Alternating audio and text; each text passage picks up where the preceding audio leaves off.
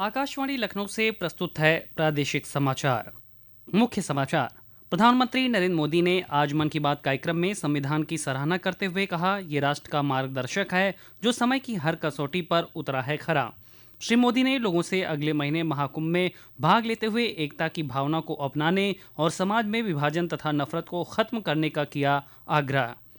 मुख्यमंत्री योगी आदित्यनाथ ने आज नई दिल्ली में राष्ट्रपति द्रौपदी मुर्मू सहित कई गणमान्य नेताओं को दिया महाकुंभ का निमंत्रण। और प्रदेश के नगर विकास मंत्री ए के शर्मा कल प्रयागराज में महाकुंभ तीर्थ क्षेत्र में सामूहिक स्वच्छता कार्यक्रम में होंगे शामिल। कहा, महाकुंभ को स्वच्छ और सुंदर बनाने के लिए सफाई कार्यों में सभी की हो सहभागिता। नमस्कार, प्रदेश के समाचारों के साथ मैं शैलेंद्र और अब समाचार विस्तार से।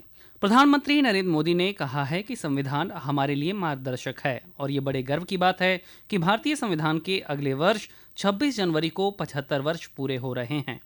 आकाशवाणी पर आज मन की बात कार्यक्रम में राष्ट्र को संबोधित करते हुए श्री मोदी ने कहा कि संविधान समय की हर कसौटी पर खरा उतरा है। उन्होंने कहा कि इस वर्ष संविधान दिवस के अवसर पर कई गतिविधियां शुरू हुई हैं जो पूरे वर्ष चलती रहेंगी। श्री मोदी ने कहा कि संविधान की विरासत से नागरिकों को जोड़ने के लिए www.constitution75.com के नाम से एक विशेष वेबसाइट बनाई गई है। उन्होंने मन की बात के श्रोताओं, बच्चों और युवाओं से इस वेबसाइट को देखने का अनुरोध किया। इसमें आप संविधान की प्रस्तावना पढ़कर अपना वीडियो अपलोड कर सकते हैं। अलग अलग भाषाओं में संविधान पढ़ सकते हैं। संविधान के बारे में प्रश्न भी पूछ सकते हैं। मन की बात के श्रोताओं से, स्कूल में पढ़ने वाले बच्चों से, कॉलेज में जाने वाले युवाओं से मेरा आग्रह है, इस वेबसाइट पर जरूर जाकर देखें, इसका हिस्सा बने। श्री मोदी ने कहा कि अगले वर्ष 13 जनवरी से प्रयागराज में महाकुंभ होने जा रहा है और इसके लिए संगम तट पर जोर शोर से तैयारियां चल रही हैं। प्रधानमंत्री ने इस बात पर गर्व व्यक्त किया कि महाकुंभ की विशेषता केवल इसकी विशालता में नहीं है बल्कि इसकी विविधता में भी है। उन्होंने कहा कि कुंभ एकता का महाकुंभ भी है। श्री मोदी ने लोगों से महाकुंभ में भाग लेकर एकता के संकल्प को मजबूत करने का अनुरोध किया। उन्होंने लोगों से समाज में विभाजन और विद्वेष की भावना को समाप्त करने का संकल्प लेने का भी आह्वान किया।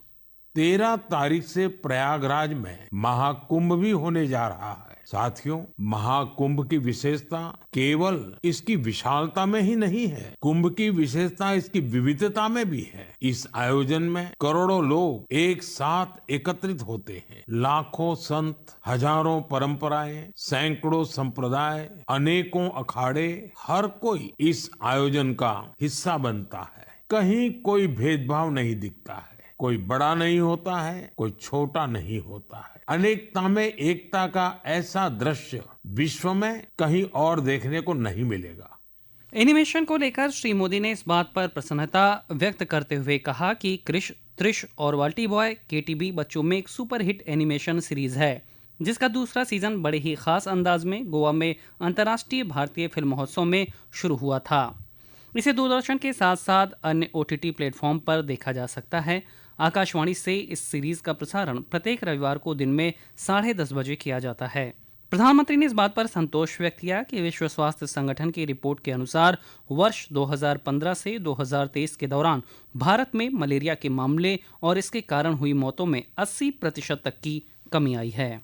भारत में मलेरिया के मामलों और इससे होने वाली मौतों में 80% की कमी आई है। यह कोई छोटी उपलब्धि नहीं है। मलेरिया की मॉनिटरिंग के लिए जन भागीदारी काफी सफल रही। नुक्कड़ नाटक और रेडियो के जरिए ऐसे संदेशों पर जोर दिया गया जिससे मच्छरों की ब्रीडिंग कम करने में काफी मदद मिली है। प्रधानमंत्री ने विश्व की प्रसिद्ध चिकित्सा पत्रिका लेसेंट का अध्ययन भी साझा किया जिसके अनुसार भारत में कैंसर का उपचार समय पर शुरू करने की संभावना काफी बढ़ गई है। उन्होंने कहा कि समय पर उपचार शुरू करने का अर्थ है 30 दिन के भीतर कैंसर रोगी का उपचार शुरू होना और आयुष्मान भारत योजना ने इसमें बड़ी महत्वपूर्ण भूमिका निभाई है। इस योजना के कारण 90% कैंसर रोगियों का उपचार समय पर शुरू हो सका है। आकाशवाणी पर मन की बात कार्यक्रम में प्रधानमंत्री द्वारा प्रयागराज में महाकुंभ के माध्यम से एकता के संदेश की सभी लोगों ने सराहना की है। मेले की साथ साथ जो कुंभ की तैयारियां हैं वो तो उन्होंने अच्छा किया ही, वो तो विश्व स्तर पे उसका प्रशंसा हो रहा है। लेकिन जो लोगों को एक करने का, जोड़ने का जो प्रयास किया है वो अति उत्तम प्रयास है और लोग जुड़ भी रहे हैं। ऐसा नहीं है, लोगों के अंदर वो भावनाएं आ भी रही, तो इसलिए बहुत ही अच्छा नेक काम मोदी और योगी जी कर रहे हैं। मुख्यमंत्री योगी आदित्यनाथ ने आज नई दिल्ली में कई गणमान्य नेताओं से मुलाकात कर उन्हें महाकुंभ 2025 के लिए निमंत्रण दिया। मुख्यमंत्री ने राष्ट्रपति द्रौपदी मुर्मू, उपराष्ट्रपति जगदीप धनखड़, वित्त मंत्री निर्मला सीतारमण और दिल्ली के उपराज्यपाल विनय कुमार सक्सेना से भेंट कर उन्हें प्रयागराज में होने जा रहे महाकुंभ के लिए आमंत्रित किया। श्री योगी ने विशिष्ट जनों को निमंत्रण पत्र के साथ ही महाकुंभ 2025 के लोगो वाला प्रतीक चिन्ह, कलश, महाकुंभ से जुड़ा साहित्य, नववर्ष का टेबल कैलेंडर और डायरी भेंट की। महाकुंभ में विशिष्ट जनों को आमंत्रण देने के लिए मुख्यमंत्री योगी आदित्यनाथ कल दिल्ली पहुंचे थे। कल उन्होंने पूर्व राष्ट्रपति रामनाथ कोविंद, गृह मंत्री अमित शाह, रक्षा मंत्री राजनाथ सिंह, भाजपा के राष्ट्रीय अध्यक्ष व केंद्रीय स्वास्थ्य मंत्री जगत प्रकाश नड्डा, मिजोरम के राज्यपाल जनरल वीके सिंह से मुलाकात कर उन्हें महाकुंभ के लिए आमंत्रित किया था। केंद्रीय कानून मंत्री अर्जुन राम मेघवाल ने आज अयोध्या में रामलला के दर्शन किए। इसके बाद मीडिया से बातचीत के दौरान श्री मेघवाल ने वन नेशन वन इलेक्शन और वक्फ अमेंडमेंट बिल पर कहा कि ये दोनों विधेयक ज्वाइंट पार्लियामेंट्री कमेटी के पास हैं। जब रिपोर्ट आएगी तो इसे सदन में रखा जाएगा। अयोध्या के बारे में अर्जुन राम मेघवाल ने कहा कि अयोध्या धीरे धीरे आध्यात्मिक केंद्र के रूप में विकसित हो रही है।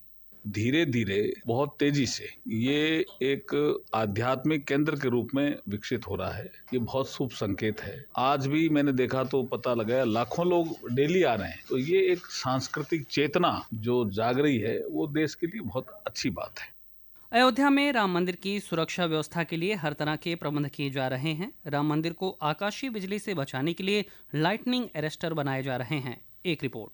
अयोध्या में राम मंदिर निर्माण समिति के दूसरे दिन की बैठक के पहले आज चेयरमैन निपेंद्र मिश्रा ने कहा कि अयोध्या में राम मंदिर को आकाशीय बिजली से बचाने के लिए लाइटनिंग अरेस्टर बनाए जा रहे हैं। शिखर से 28 कॉपर के तार नीचे आएंगे जो ग्राउंड करके जमीन के अंदर ले जाए जाएंगे। इसके लिए संबंधित मंत्रालय से भी राय ली गई है। उन्होंने कहा कि मंदिर के ऊपर से यदि कोई हवाई जहाज उड़ता है तो उसके लिए भी उनको संकेत मिले कि यहाँ पर कितनी ऊंचाई का निर्माण है। राम मंदिर को लेकर एविएशन सेफ्टी भी देखी जा रही है। निपेंद्र मिश्रा ने बताया कि राम मंदिर का सभी निर्माण 2025 में पूरा कर लिया जाएगा। तन्मय सोनी, आकाशवाणी समाचार, अयोध्या। ये समाचार आप आकाशवाणी लखनऊ से सुन रहे हैं। ताज़ा समाचार जानने के लिए आप हमारी वेबसाइट newsonair.gov.in पर लॉगिन कर सकते हैं। इसके साथ ही आप प्रादेशिक समाचारों का ये बुलेटिन हमारे YouTube channel news on AIR Lucknow पर भी सुन सकते हैं। प्रदेश के नगर विकास और ऊर्जा मंत्री AK शर्मा कल सुबह प्रयागराज महाकुंभ तीर्थ क्षेत्र में नागवासुकी मंदिर से दशाश्वमेध घाट तक चलाए जाने वाले सामूहिक स्वच्छता कार्यक्रम में प्रतिभाग करेंगे और श्रमदान करेंगे। श्री शर्मा ने इस अवसर पर लोगों से अपने अपने क्षेत्र की सफाई करने की अपील की। उन्होंने कहा कि तीर्थराज प्रयाग हमारी सांस्कृतिक व पौराणिक धरोहर और आस्था का केंद्र है।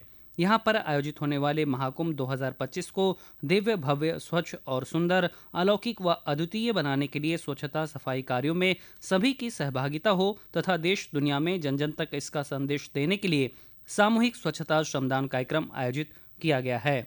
उन्होंने कहा कि इस बार महाकुंभ क्षेत्र में स्वच्छता, श्रद्धालुओं की सुरक्षा और सुविधा सर्वोपरि होगी। प्रयागराज में महाकुंभ के दौरान लाखों तीर्थयात्रियों को सुगम और सुरक्षित यात्रा सुविधा प्रदान करने के लिए उत्तर मध्य रेलवे 13,000 से अधिक ट्रेनों का संचालन करेगा। इन ट्रेनों में 10,000 से अधिक नियमित गाड़ियां यात्रियों की सेवा में होंगी। आवागमन के दौरान भीड़भाड़ को नियंत्रित करने और यात्रियों की यात्रा को आसान बनाने के लिए 46 ट्रेनों को प्रयागराज और नैनी जंक्शन पर अतिरिक्त ठहराव दिया जाएगा।